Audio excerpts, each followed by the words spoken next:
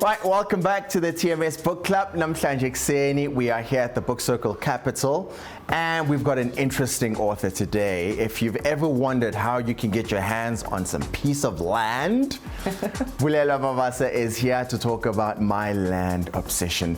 But this book, Bulelwa, isn't necessarily about that, or is it? Maybe it's easier to talk about what the book is. What the book is that it takes the whole land question, the cardinal sin of land dispossession from South Africa. Right. And it removes it from the parliamentary discussions around, do we need to amend the constitution? It takes it away from the academic debates that we have seen kind of being owned by politicians, by academics, like a prominent voice in society, and it brings it back to center. It brings it back home. Right.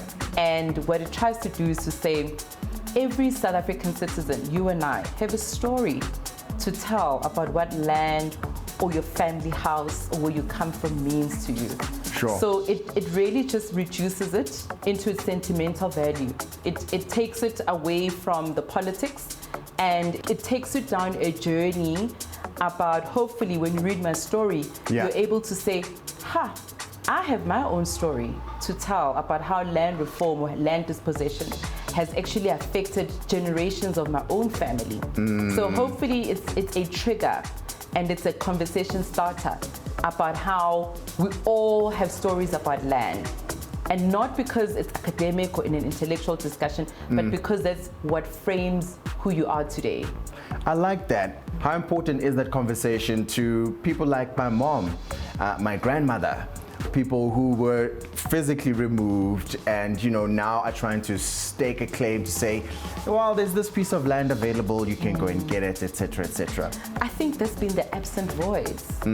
When we talk about land reform, we're talking about Forum, we're talking about EFF, we're talking about hashtag bring back the land. It's very politicized. It's very politicized. So what this does is it will hopefully trigger for you to have the conversation with the great uncle to say, granddad or grandma or mom, take me through your feelings.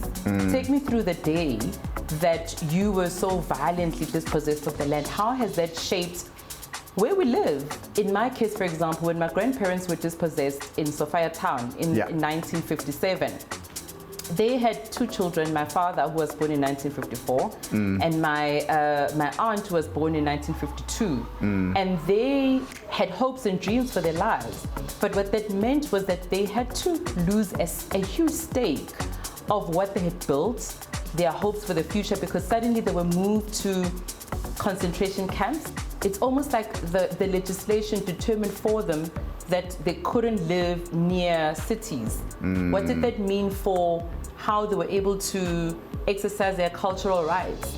Simple things like umembeso, imbeleko. What happens when in your yard you had to have back rooms to make an extra income?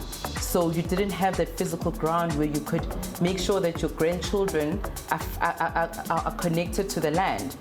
What happens when you no longer have that lemon tree that was a place of gathering where your family could gather and talk about their issues and their heritage?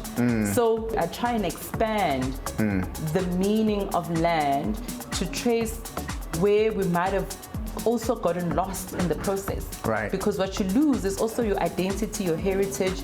You lose your connection with your livestock. You lose your connection with being able to feed yourself from the ground. And just at the core of it, what makes you African?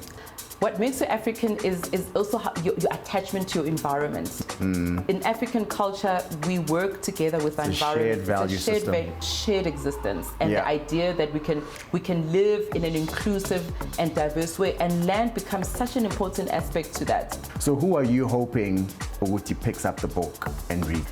I'm really hoping that the book is picked up by anyone who's a South African citizen who wants to see our country prosper. And that person could be a farm worker who has not seen how important it is for the farm worker to have a stake in that piece of land that the farm worker has worked on, Right. and their previous generations have worked on, to say, is there a possibility that actually you shouldn't be so afraid of land reform, because it's you've always shared the space with a Masa Kumalo and her mother and her grandmother who helped you work the land. And so suddenly I open up this conversation and this possibility that you could actually all be equity stakeholders in this land. As a cooperative. As a cooperative. For me, it's something that can unify our country, actually. Sure. Which is something that we've all been shying away from as a big white elephant that we don't talk about because it's divisive. Right. I think the time has come when we must actually unlock the opportunity. Because the fear-mongering conversation, when you start that, is, oh, but land, you don't know anything about farming. Is that your grandparents' house on the cover? Yes, that's 511K, the address in Meadowlands, and I was very intentional about this cover. You know, we sat together with the team, with the publishers, and we were brainstorming about what the cover would be. Yeah. And I specifically chose this because, you know, the land reform thing, people think it's about whether do I want to farm.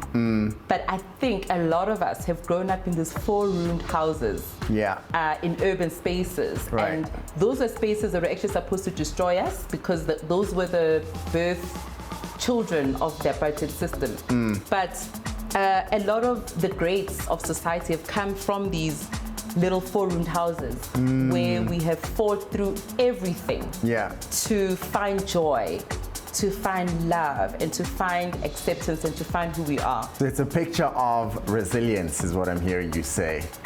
It's a picture of resilience, but it's also a picture of, even though I grew up we're supposed to be buried, right, in these spaces, but that's where I learned about communal love. That's where I learned about your neighbor caring for you. That's where I learned about you can actually go knock next door and ask for sugar when you don't have sugar without shame. Right. And that's where I learned that the plight of your neighbor, whether there's a boy who disappeared because the cops were looking for them or whatever, you care for that.